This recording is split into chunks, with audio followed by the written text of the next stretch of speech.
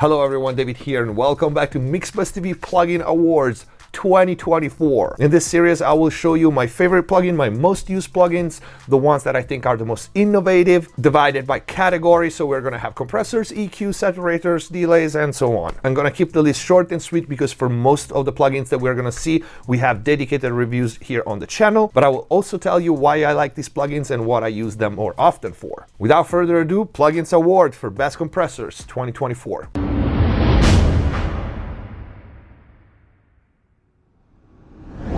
Hello everyone, welcome back to MixbusTv. Hope you guys are having a great day. Before we start, check the info box down below for free plugin special discounts and offers, and of course links to all the plugins that we're going to see in the video. Some of them will also have special Black Friday deals, so definitely check out the links. If you want to book mix and mastering with me, visit MixbusTv.com. In there you will also find all the mix and mastering courses. You can book also private lessons, mix consultations, and so on. If you want to access the exclusive videos here on YouTube, click the join button, become a MixbusTv member, get all the perks, and if the videos are helping you, please consider using the super thanks or grab some merch. Let's get to the video. Let me start by saying that just based on number of instances in my mixes, my most used EQ and compressor, simply because I open one on every track, is gonna be the Console 1 SSL 4K. If it's a really high track count mix, maybe I can swap like 4 or 5 channels and change from SSL to one of the other consoles, but 99% is gonna be SSL soft tube Console 1. All right, we start with a new entry. We did not have this plugin on the channel before because it was released not long ago, and it's MixWave Level. Why do I like this? Two main reasons. One, every plugin MixWave makes, and we've seen the CA70S before, but they also have the VLC, they have the new Electrodyne. They all have this common sound. I described this before as patina. All their mixing plugin gives me the analog feeling. And the second reason is because the style level, which obviously was inspired this plugin, is a darn hard unit to model. And I think they did it extremely well. But regardless how close to one-to-one comparison it would be, this became one of my smooth, soft, warm, call it the way you want, round compressors plugin because it's that good. And it's got a few features that are what make this plugin even more versatile. In fact, we have a modern and vintage version, right? So the original, this is my guess, the original style level versus the reissue. We have different timing modes for actually the slow up top here, medium, fast, and faster. And we have the regular recovery time, single and double, where double is twice as fast, of course. Oversampling up to 8x, and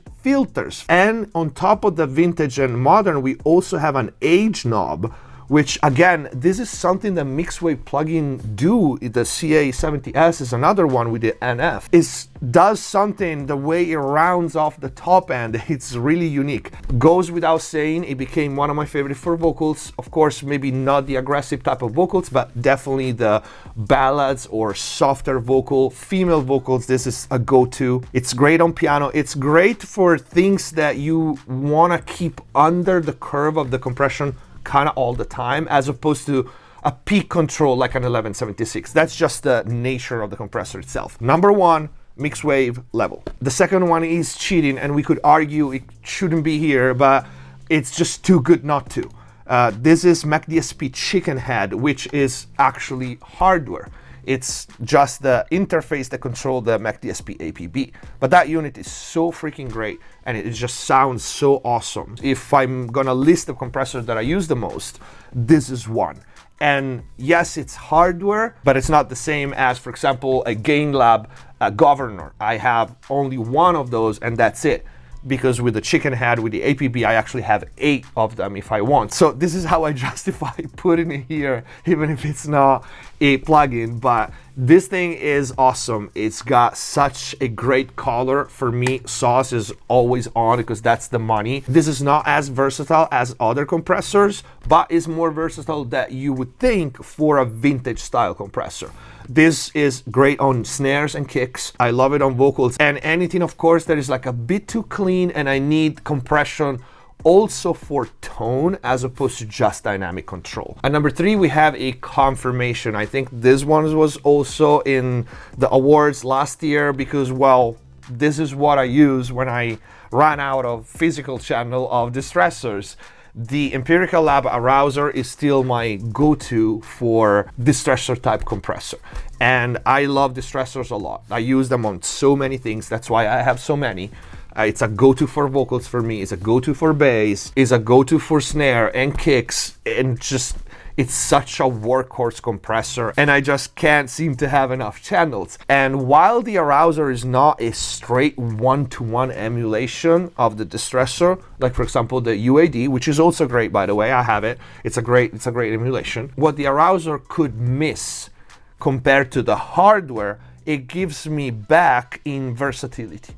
Right? The one function that I absolutely love is the attack modification. This thing is an absolute weapon when you want a hard snap on kick and snare.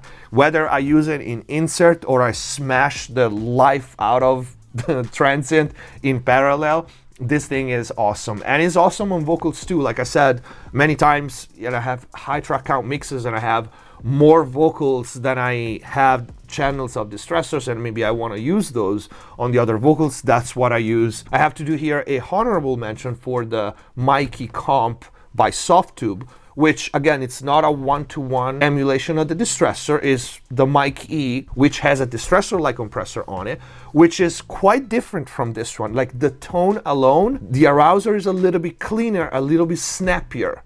And again, this is what I more associate with the distressor because that's how I use the distressors, right? If I want warm and round, I have so many other pieces of hardware. While the Mikey from Softtube is a little rounder. You also have a more extended preamp section. So it's a little bit different, but it's still, again, one possibility when I want this type of compressor.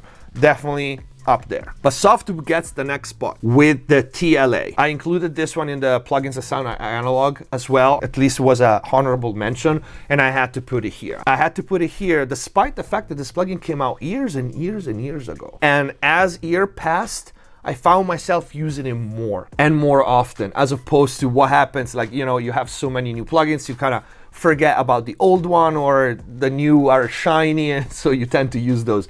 This one is for this type of compressor. So opto, smooth, more as a leveler than a fast audio events type of control, like 1176 or distressor. This is, I want to keep things under the curve. I want to massage. It has such an amazing behavior and action, let alone the sound of it. We have a saturation knob so you can run it cleaner or more saturated. We have a low cut filter, which the original doesn't have, and the parallel, which I don't really use, but it's there if you need it. The one thing that I like about this thing is it almost never fails. I love it on vocals, like almost any type of vocals, even the vocals that are aggressive. I usually have this after the aggressive compressor just to tighten a little bit, or just for color, because I really love the color. But for ballads, for more mellow things, this thing is also great on acoustic guitars. It's great on strings. It's freaking amazing on bass. And the thing is the simplicity of it. It's just gain reduction, gain up, and then you have 3 settings for attack and release, and that's it. You are always gonna find the one that works, which is even easier because usually the release is always on fast, because this tends to be a pretty slow compressor. So the slow settings for me is always too slow, and the mid is like, maybe, but the fast is where I start and I usually stay there. The attack is usually a med, maybe because I know it so well, but every time that I open it, that's it, that's the sound. It never fails. There are many, more than we can possibly use, emulations of LA2A.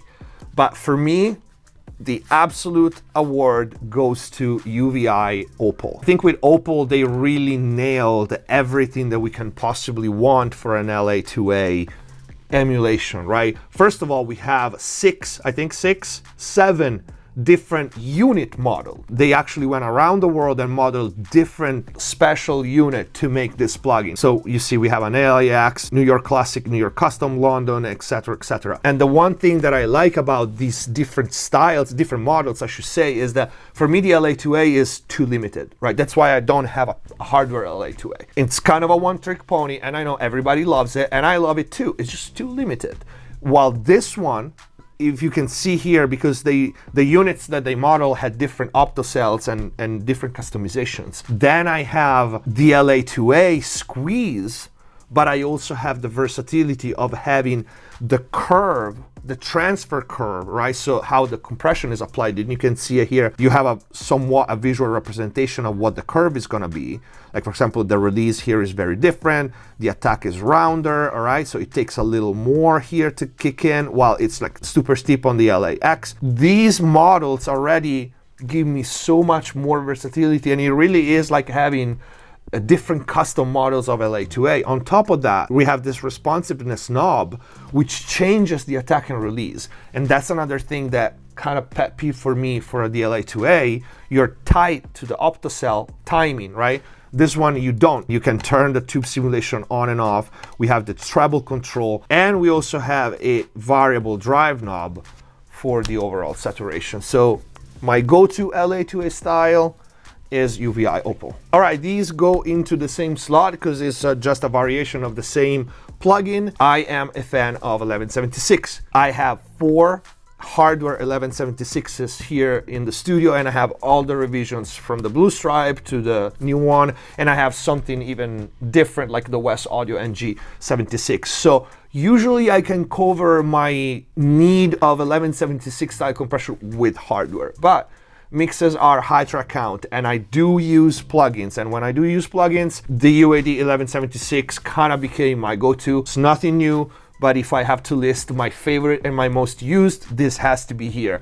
The order is definitely the LN is my most used. This one, if I open a plugin, is gonna be this one 6 times out of 10. 3 times remaining is gonna be the Blue Stripe. Maybe I had to do an extra vocal or an ad lib, something else. And I don't think I've ever used the EA, maybe on some more mellow vocals because of the 2 ratio, but this one I really never use it. These two definitely, yes, the LN being the one that I use the most is like my workhorse compressor, and definitely the UAD is the one that I prefer. Uses for this one, I can give settings because it can change based on whatever I use it. It's a go-to for vocals for sure. That's probably my main use for rock vocals, rap vocals, hip hop, anything aggressive, that's gonna be that. And yes, I prefer the blackface to the Blue Stripe. And yes, I prefer the blackface to the Blue Stripe. Now, hardware, no, it's gonna be a Blue Stripe. I wanna say 7 times out of 10, and the other 3 times is gonna be the one hardware that I have with the tube output. In plugin worlds, I find the Blue Stripe I find it less useful than the LN. And the other main use is probably smashing snares in parallel and drums in parallel. Definitely another use. And also sometimes I use it as a parallel vocal distortion just by using it as a saturator. Next one is a compressor that I unfortunately, for some reason, tend to forget that I have. And every time I use it, I wonder why, because it's absolutely great. And it's the Kazrock True Dynamic. But True Dynamic, I feel it's a little bit underrated, or maybe it's just me because I never remember I have it. But it's a great collection. Actually, we have 3 models of old school tubey, gooey type of compression. And I love it because all of them, they have the same exact controls, just gain reduction, recovery time, mix and output, and you change the tone and you change the harmonic collection. All 3 are very vintage type of compressors, so they are not as versatile, and that's probably why I tend to forget. I see these ones like a specialty kind of plugin when I want a lot of color, when I don't need that much control over attack and release, but they go well with complex material, maybe more on the mellow side, so maybe strings, maybe some soft synth. They go well on vocals, not maybe the aggressive type of vocals or the fast-paced kind of vocals. They are great on bass as well. Complete opposite is the next one, TC Electronic MD4. This is the kind of ultimate, clean, transparent, ultra precise dynamic control, right? And there are others. I love some of the multibands Mech DSP makes. I love Ozone Dynamics, which is also great. But I'll tell you why this one made the list as opposed to the others. First, we have a unique control, or at least put in a unique way, detector crest, so we can have the compressor reacts to RMS, or this is the crest factor, so peak and then 10 dB, 6 dB, all right? If you know what the crest factor is, you understand this control and how important it is. And the second reason is the mode. We have a normal mode, we have a parallel mode, which is killer. We have the parallel UL, which is for upward compression with stereo unlinked dynamics, and it's very unique. And then the last one, we have DXP, which basically only affects the low level information, and it does not compress the top part of our waveform. So it basically lifts up the low level information without touching the transient. This is the same algorithm that was on the System 6000, so multi $10,000 system from TC Electronic. Is an amazing, amazing multiband compressor. Actually, it's got also a great EQ, it's a transparent EQ, very precise. But the 5-band compressor is what makes it for me. I do use it in mastering, I do use it on groups as well, and sometimes even vocals. Pristine vocal, and I don't want color, I don't want artifacts, I don't want to hear the compression. This is it. This is like the Rolls Royce of multiband compressor, right? And I like the ergonomics. So you have the overall controls here, so threshold, ratio, attack, release, and they are mirrored down here, but when you click threshold, ratio, makeup, attack, release, and crossovers, you have all the thresholds for all the bands, all the ratios for all the bands, and I find it very, very intuitive to set up. And I can take a look at the gain reduction as it's happening, and it's quite precise, so I really, really like that about this MD4. Next one is a new entry from Kive Audio, is the Tube KC1 compressor, reminiscent of the CL1B somehow. And I'm not sure this is supposed to be a direct emulation of the CL1B. I know this much. I like this better than the CL1B. I'm not the biggest fan of the CL1B. It's a beautiful compressor. Everybody loves it. Hip hop for tracking, awesome, amazing. But it's kind of have like a narrow sweet spot. You know, the CL1B, even like, for example, other plugin emulations, it's kind of tricky probably because of the knee to find a sweet spot where it compresses enough, but it doesn't swing too aggressively. And it kind of tends to do that to me. I like the Tube CK1 because it gives me that smooth compression. I'm talking about the behavior because I find this to be actually more colored, and I like the color. Seems to have a little more wiggle room, probably a smoother knee than the CL1B. Long story short, I don't care if this is supposed to be an emulation of the CL1B or not. I really, really like. I really like the action and just how he handles the dynamics. And this kind of became for me the link between the 1176 style compressors and the aggressive compressors, so Arouser, 1176 and so on, and the more mellow, like mixed wave level or the others that we've seen. This is kind of perfect in between. It can almost do both, maybe never at the extremes, but it grabs everything in between. It has a lot in common, and I really love the color. Favorite uses, bass, vocals, love it on acoustic guitars, but it's really somehow workhorse compressor while being still a character compressor. Speaking of tube tech, the last on the list is the SMC2B Tube Tech multi-band opto compressor by Softube. We did the premiere video on this, we presented it on the channel.